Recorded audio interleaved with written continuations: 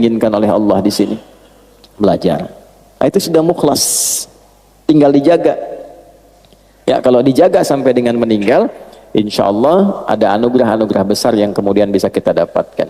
Ya, kalau yang rakaat kedua tidak perlu saya jelaskan, karena itu diantara surat paling favorit selain An-Nas ya. Tadi kan bacanya Al-Asr. Ya. Itu kurang lebih maksud saya menyampaikan dengan membuka itu dulu supaya kita bisa merasakan kenikmatan lebih dalam menunaikan sholat berjamaah. Jadi begitu salam kita bisa evaluasi diri. Oh, jadi kalau selama ini ada perbuatan yang kurang baik, berarti belum niat ibadahnya sempurna. Berarti pendekatan kepada Allahnya yang kurang. Kalau ada masalah nggak pernah tuntas padahal. Jangan lupa klik tombol like, subscribe, dan komen. Terima kasih. Bagaimana Anda mengatakan Anda ikhlas menyekolahkan anak, sementara anak itu ditempatkan di tempat yang tidak memberikan ia fasilitas untuk mengenal Allah? Itu akan dihisab. Ya? Jadi jangan salahkan anak, kalau sudah dewasa dia juga kebingungan. Bahkan saat ada orang yang meninggal, orang tuanya tidak mampu menyolatkannya. Akhirnya meng-hire orang lain untuk menyolatkan. Jangan salahkan anak dulu, kalau dia tumbuh dewasa, dia sulit baca Quran. Coba dilihat di mana disekolahkan, apa yang dia pelajari. Nah, jadi jangan batasi definisi ibadah itu pada yang ritual, karena implementasi dari hasil ibadah ritual itu, tanda keberhasilan ibadah ritual itu terletak kepada perilaku yang ditampilkan setelah ibadah, sifat sosialnya. Kita barusan sholat, apa keberhasilan sholat itu? Jangan bukan lupa hanya klik sempurna tombol rukunnya, like, komen, kesempurnaan dan rukun itu subscribe. dibuktikan Terima kasih. dengan tanda-tanda keberhasilan sholat yang ditampakkan lewat perilaku setelah sholat. Inna sholata tanha 'anil fahsya wal munkar. Jadi berlatih ikhlas itu di semua aspek kehidupan, supaya kita merasakan feel dalam hati kita tersambung dengan Allah. Kalau sudah terkoneksi itu enak sekali. Ya. Ada musibah yang diingat pertama Allah. Tidak mungkin saya mengalami ini kalau Allah tidak tetapkan. Pasti ada hikmahnya. Pasti selesai. Inna ma'al usri yusra. La yukallifullahu nafsan illa wus'aha. Kalau dapat jabatan pun begitu rasanya. Oh, ini Allah mengizinkan saya dapat promosi, apa yang diinginkan oleh Allah di sini? Belajar. Nah, itu sudah mukhlas. Tinggal dijaga. Ya, kalau dijaga sampai dengan meninggal, insya Allah ada anugerah-anugerah besar yang kemudian bisa kita dapatkan. Ya, kalau yang rakaat kedua tidak perlu saya jelaskan, karena itu diantara surat paling favorit selain An-Nas ya. Tadi kan bacanya Al-Asr. Ya, itu kurang lebih maksud saya menyampaikan dengan membuka itu dulu supaya kita bisa merasakan kenikmatan lebih dalam menunaikan sholat berjamaah. Jadi begitu salam kita bisa evaluasi diri. Oh, jadi kalau selama ini ada perbuatan yang kurang baik, berarti belum niat ibadahnya sempurna. Berarti pendekatan kepada Allahnya yang kurang. Kalau ada masalah nggak pernah tuntas, padahal harta sudah melimpah, kedudukan tinggi, berarti yang kurang bukan dunia, yang kurang pendekatan kepada Allahnya.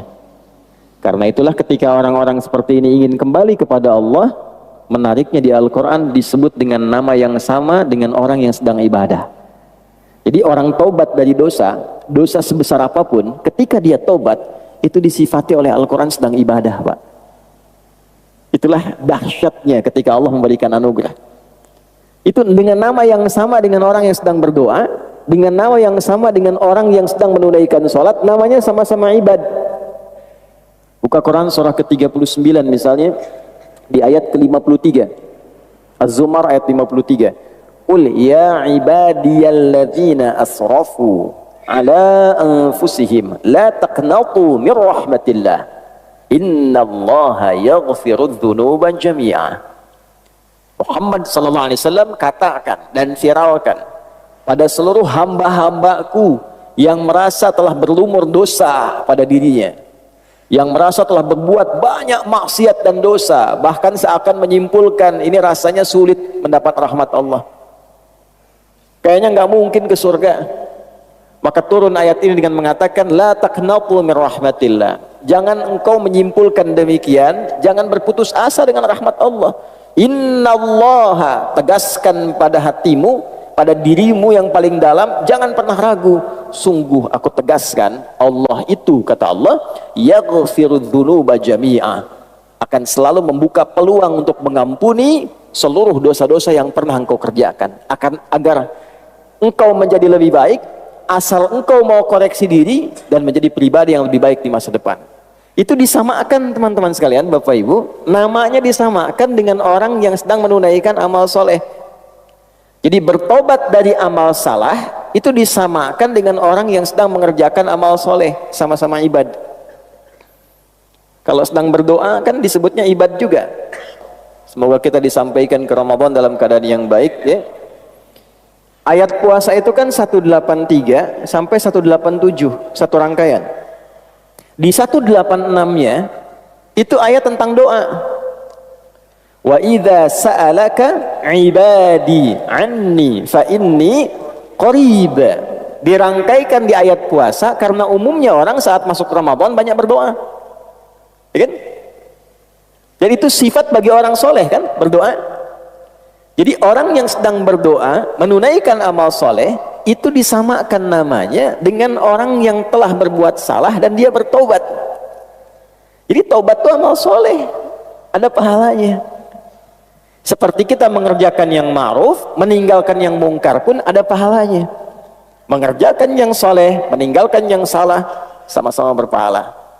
Nah itu kesimpulan yang kita dapatkan dalam kesempatan subuh ini. Jadi berbahagialah kalau saya, Anda, kita pernah berbuat salah dan mendengar ayat itu kemudian bertobat.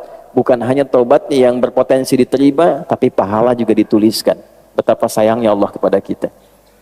Jadi kalau sudah dengan tawaran itu belum mampu untuk bertobat, dengan cara apa lagi kemudian mesti difasilitasi?